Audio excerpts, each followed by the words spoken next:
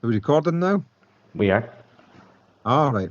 Okay, as first thing with these files, I've got Adam Long here joining us from ScanStack, right, who created this Power BI and Excel a few years ago when he did placement himself, and he's kindly given us a help to get us up and going again. So Adam, take it away. We're going to rename it, and you know the name? I think I remember. That's it. GC-XX-X-X-Z-0001. And obviously you put your own initials in to your one. Okay?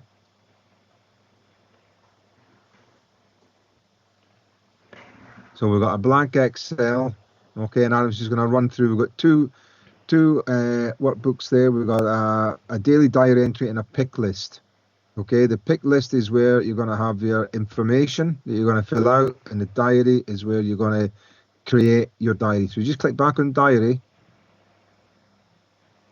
right? You're going to type into where it says daily diary what you've done. But Adam, you take us along from left to right on the top row there. Yeah. So first off, we have our month. This is part of a pick list.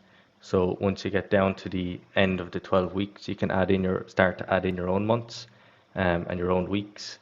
Then in the date, it says there to fill it out in the day format, followed by the month, followed by the year. And that's mainly for Power BI. And then we have the day, and we have it split into two. So this is to correspond with if you're not working on the same project for the entire day. If you're working between two projects, you can add in 2 separate hours and it will capture that data as well. And you could, if you wanted to, couldn't you have 3 AMs and have 4 PMs in the one day? You could. It might break the metrics a little bit. You might have to try to figure out the Power BI side, but shouldn't be too major. Yeah, I think it should be because they're all selectable. You got a pick list there for AM and PM. Yeah, we do. And then in diary entry, this one is text, so you would just type in what you did for the day. Then type of work.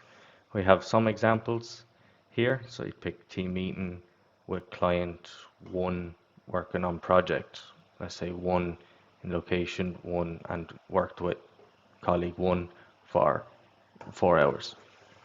Then you'd want to obviously fill in the same date again for the second half of the day. And then let's say we did design with client 2 in project 2 in location 2 with colleague 2 for another 4 hours. So if you want to change any of these, then you'd come over to your pick list. I would recommend leaving all of these across the way here the same, not to mess with them other than adding in extra weeks, because day shouldn't change, time shouldn't change, and month shouldn't change.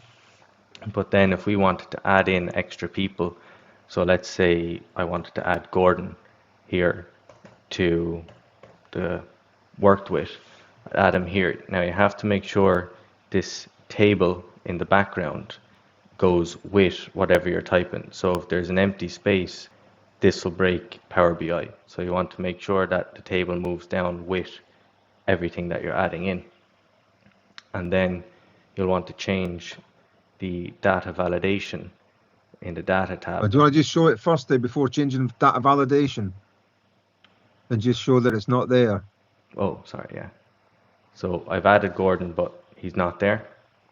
So then we want to change the data validation to repick the new pick list, which then you can just click and drag this down to match where your information is, or you can, if you know the number of the cell, you can change it here by typing. Now when I come back to here, we're going to see that we have Gordon down the bottom. Excellent.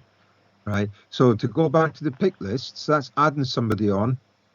But if they want to just, you can type over client 1, 2, 3, 4, if that's okay. For the company's okay for you to put clients in, and the projects, and the locations, and the colleagues, right? And so you can type over them to make them what you want, and also the type of work. So I think you've got 10 spaces there, 10 examples, and you can edit them to what you need, and if you need more, you can add them the way Adam just showed you how he added myself onto the worked with column. Yeah, and Okay. what we've also done is for what will be done for all of them, the data validation will come down to cell 21.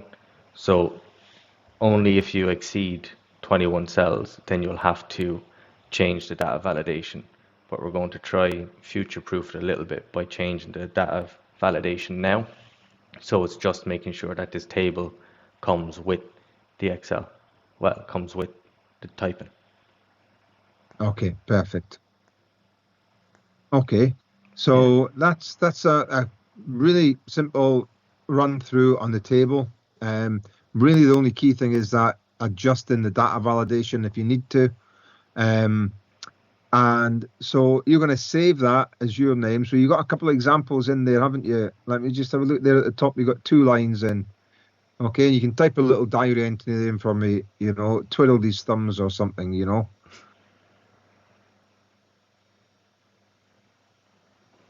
Right, so you can just put in a little bit of, you know, what with GC, right? We'll just leave it like that. Yeah, okay.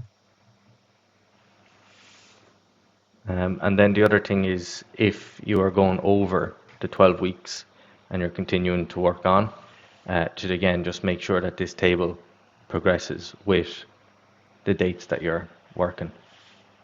And will the pick lists travel down with that as well?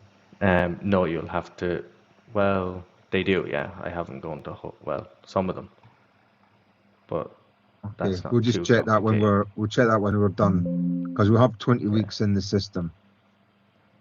But to create the pick list, you would come into here, which again is data validation, select list, and then for your source, click on that, and you would pick your source, and hit OK, and now these are drop downs.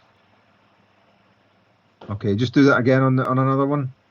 Yeah, so the best way to probably do it is Control Shift down arrow, which will select any empty cell underneath. Data validation list for the allow, and then source, pick list, and you'd select your cells there. And now all of these will be that drop down. Perfect. Okay. Then what you want to do is obviously save it, and then we got to go File, Info, and copy the local path. That's very important. That is the local path, and not that one. Okay, so copy that.